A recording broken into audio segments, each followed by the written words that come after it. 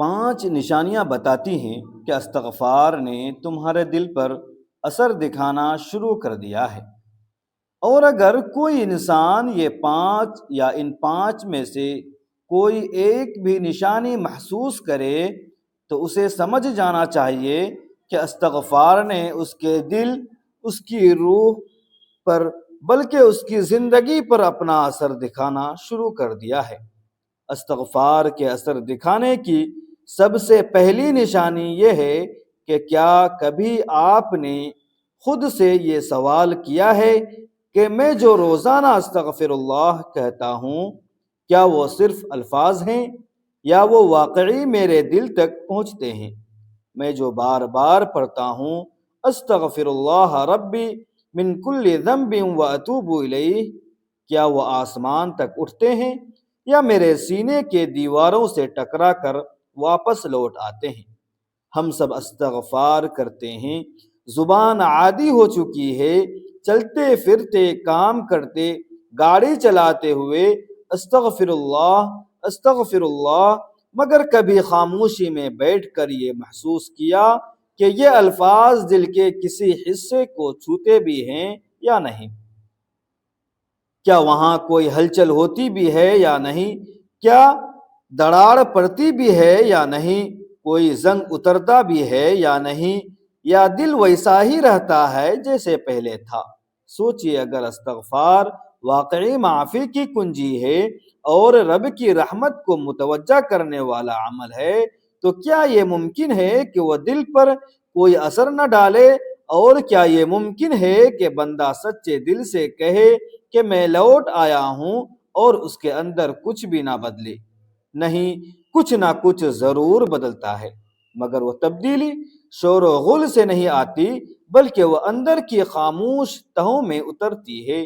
شاید اثر یہ نہیں کہ آپ فوراً فرشتہ بن جائیں یا زندگی کی آزمائشیں ختم ہو جائیں، بلکہ اثر کچھ اور ہوتا ہے جو زیادہ باریک اور زیادہ گہرا ہوتا ہے۔ ایسا اثر جو پہلے آپ کو خود پر سوال کرنے پر مجبور کرتا ہے اور آپ کے دل کے آئینے کو صاف کرنے لگتا ہے تاکہ آپ خود کو ویسا دیکھ سکیں جیسے آپ حقیقت میں ہیں۔ جب آپ استغفر اللہ کہتے ہیں تو آپ دراصل اعتراف کرتے ہیں کہ میں کامل نہیں ہوں، اور یہی اعتراف دل کی سختی کو توڑنے کا پہلا وار ہوتا ہے۔ اور جب آپ کہتے ہیں استغفر اللہ ربی من کل ذنب و اتوب الیہ تو آپ اعلان کرتے ہیں کہ میں واپس آنا چاہتا ہوں، اور واپسی کا سفر ہمیشہ اندر سے شروع ہوتا ہے۔ سوال یہ نہیں کہ آپ استغفار کرتے ہیں یا نہیں، بلکہ سوال یہ ہے کہ کیا آپ نے کبھی اس کے اثر کو محسوس کرنے کی کوشش کی ہے؟ کبھی اپنے دل کے موسم کو دیکھا ہے اور کبھی جانچا ہے کہ آپ پہلے جیسے ہیں یا کچھ بدلنے لگا ہے؟ آئیے آج خود سے سچ بولتے ہیں، اگر ہمارے اندر جانے والا استغفار واقعی زندہ ہے تو اس کی کوئی نہ کوئی نشانی ہمارے اندر ضرور ہوگی، بس ہمیں رک رک کر اسے محسوس کرنا ہے۔ استغفار کا دل پر اثر دکھانے کی پہلی نشانی یہ ہے کہ جب استغفار صرف زبان کی تکرار نہ رہے بلکہ دل کی گہرائی میں اترنے لگے تو سب سے پہلی خاموشی، تبدیلی انسان کے رد عمل میں ظاہر ہوتی ہے۔ پہلے جو بات چنگاری بنتی تھی اور فوراً شعلہ بن جاتی تھی، اب وہ چنگاری دل کے دروازے پر رک جاتی ہے۔ استغفر اللہ کا ورد جیسے اندر ایک نرم دیوار کھڑی کر دیتا ہے، کوئی جملہ چبھتا ہے یا کوئی رویہ تکلیف دیتا ہے، مگر جواب فوراً زبان پر نہیں آتا بلکہ ایک لمحہ پیدا ہوتا ہے، ایک غیر مرئی وقفہ جس میں انسان خود کو دیکھ لیتا ہے، اور یہ وقفہ معمولی نہیں ہوتا بلکہ یہ وہ لمحہ ہے جہاں انا اور عاجزی آمنے سامنے کھڑے ہوتے ہیں۔ پہلے انا جیت جاتی تھی، اب استغفر اللہ ربی من کل ذنب و اتوب الیہ کی صدا دل کے اندر سے اٹھتی ہے اور کہتی ہے کہ تم بھی تو معافی کے محتاج ہو۔ یہی احساس رد عمل کی شدت کو تحلیل کر دیتا ہے۔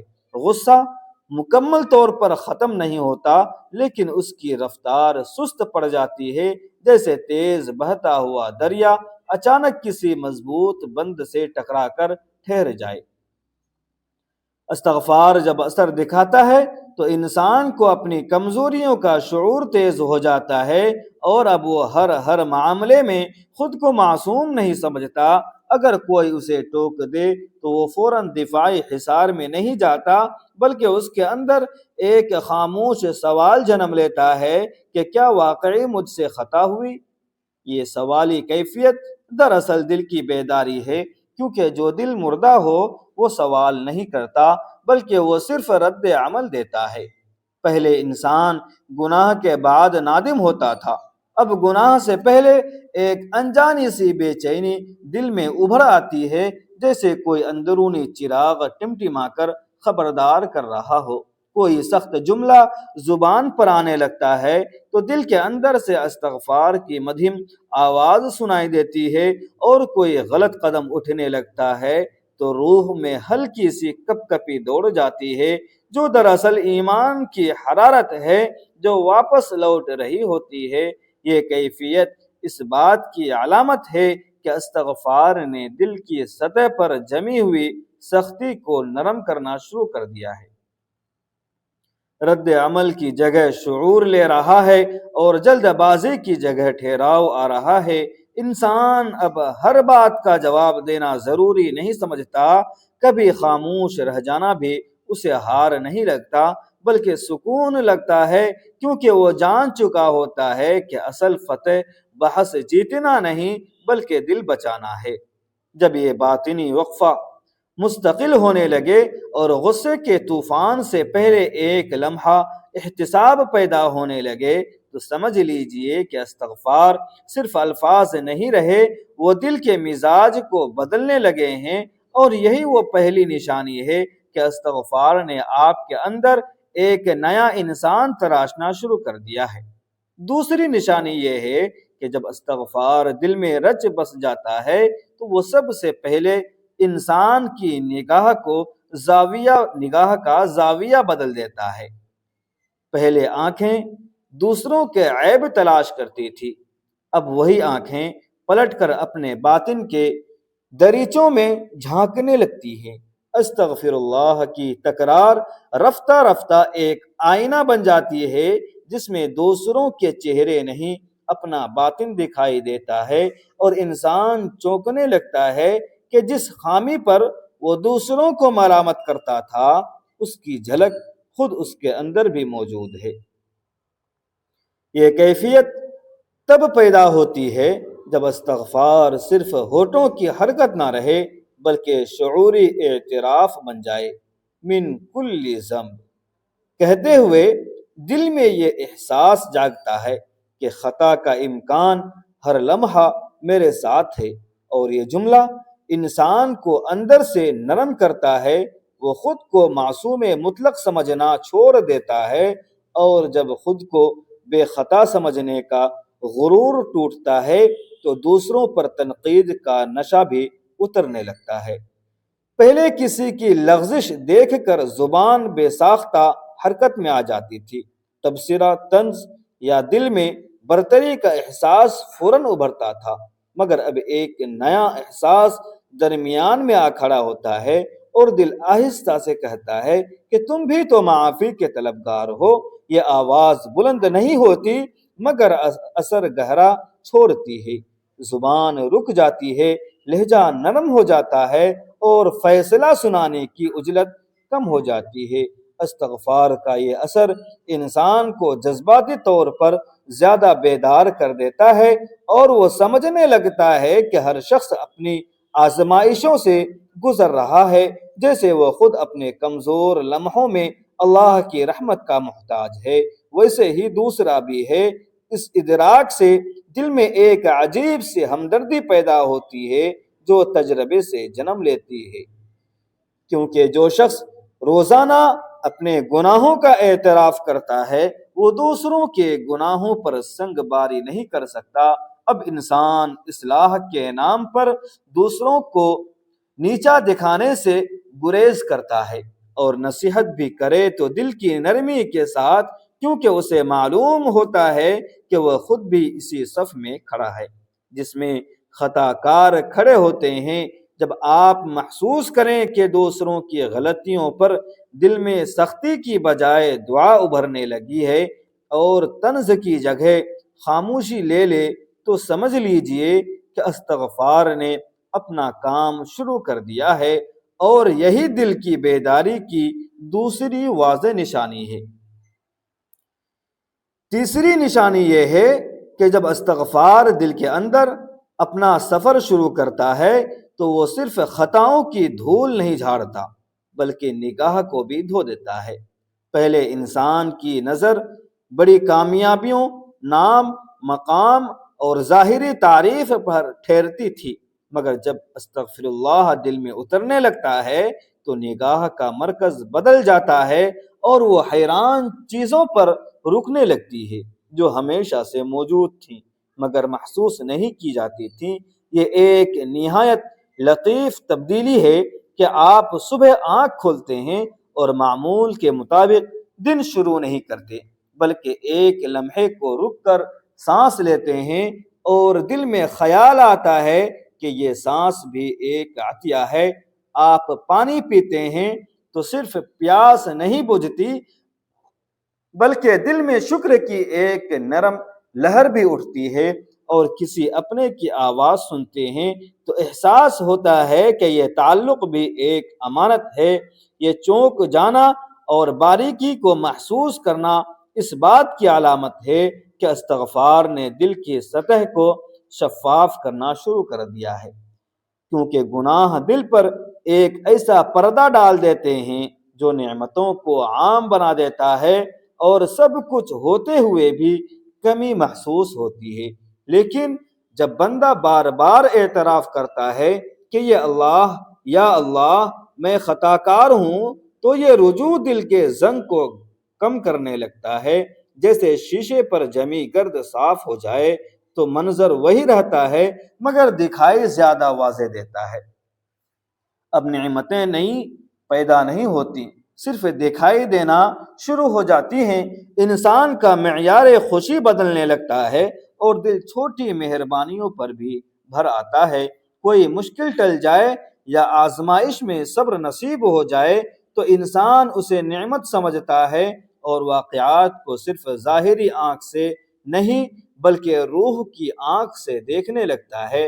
پھر ایک عجیب کیفیت پیدا ہوتی ہے کہ دل شکایت کی بجائے شکر کی طرف مائل ہوتا ہے۔ پہلے کمیوں کی فہرست لمبی تھی، اب عطاؤں کی فہرست لمبی نظر آنے لگتی ہے، اور یہ تبدیلی مصنوعی نہیں بلکہ اندرونی صفائی کا نتیجہ ہے، کیونکہ جو شخص روزانہ اپنے رب کی طرف جھکتا ہے اس کے دل میں ناشکری کا تکبر زیادہ دیر ٹھہر نہیں سکتا۔